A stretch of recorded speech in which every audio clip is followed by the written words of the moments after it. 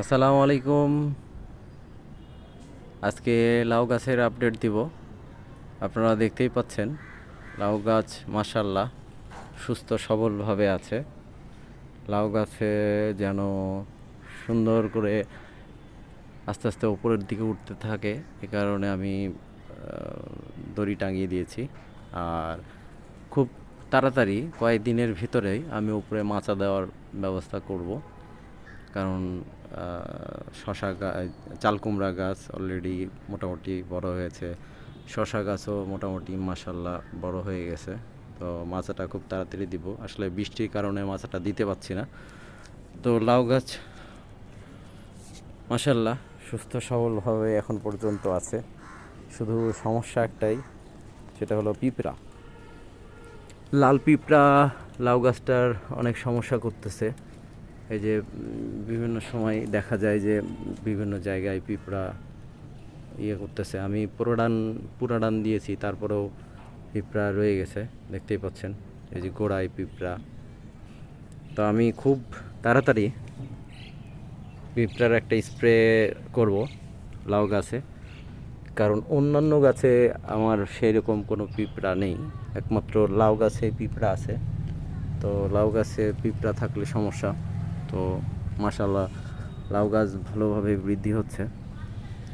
আশা করা যায় লাউ গাছের সঠিকভাবে সুষ্ঠুভাবে রোগবালাই ছাড়াই লাউ গাছ আস্তে আস্তে বড় হবে। ঝিঙা গাছও মোটামুটি একটু পাতা কুঁকড়ায় গেছে। তো ঝিঙা গাছেও আমি পাতা কুঁকড়ানোর জন্য স্প্রে করতে পারছি না।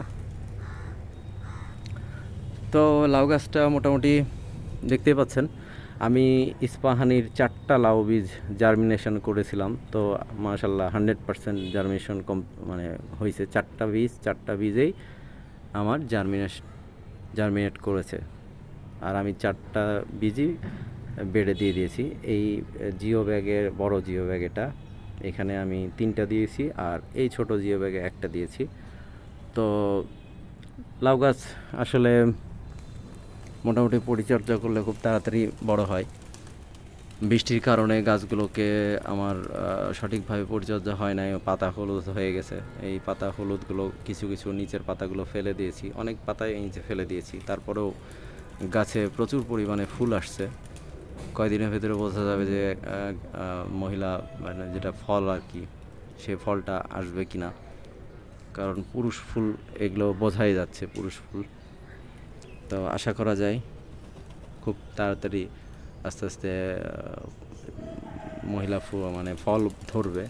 কারণ শশা গাছে শশা খুব তাড়াতাড়ি আসে, করলা গাছে যেমন খুব তাড়াতাড়ি করলা আসে, ঠিক সেরকম শশা গাছেও ফল তাড়াতাড়ি আসে। তো লাউ গাছের আজকে আপডেট এ পর্যন্তই।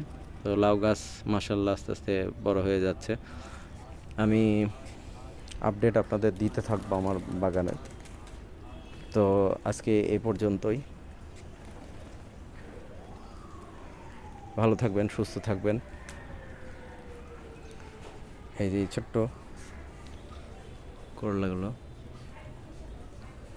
তো আজকে এ পর্যন্ত, আর কথা বাড়াবো না। নতুন নতুন ভিডিও পেতে অবশ্যই আপনারা সাবস্ক্রাইব করে রাখবেন।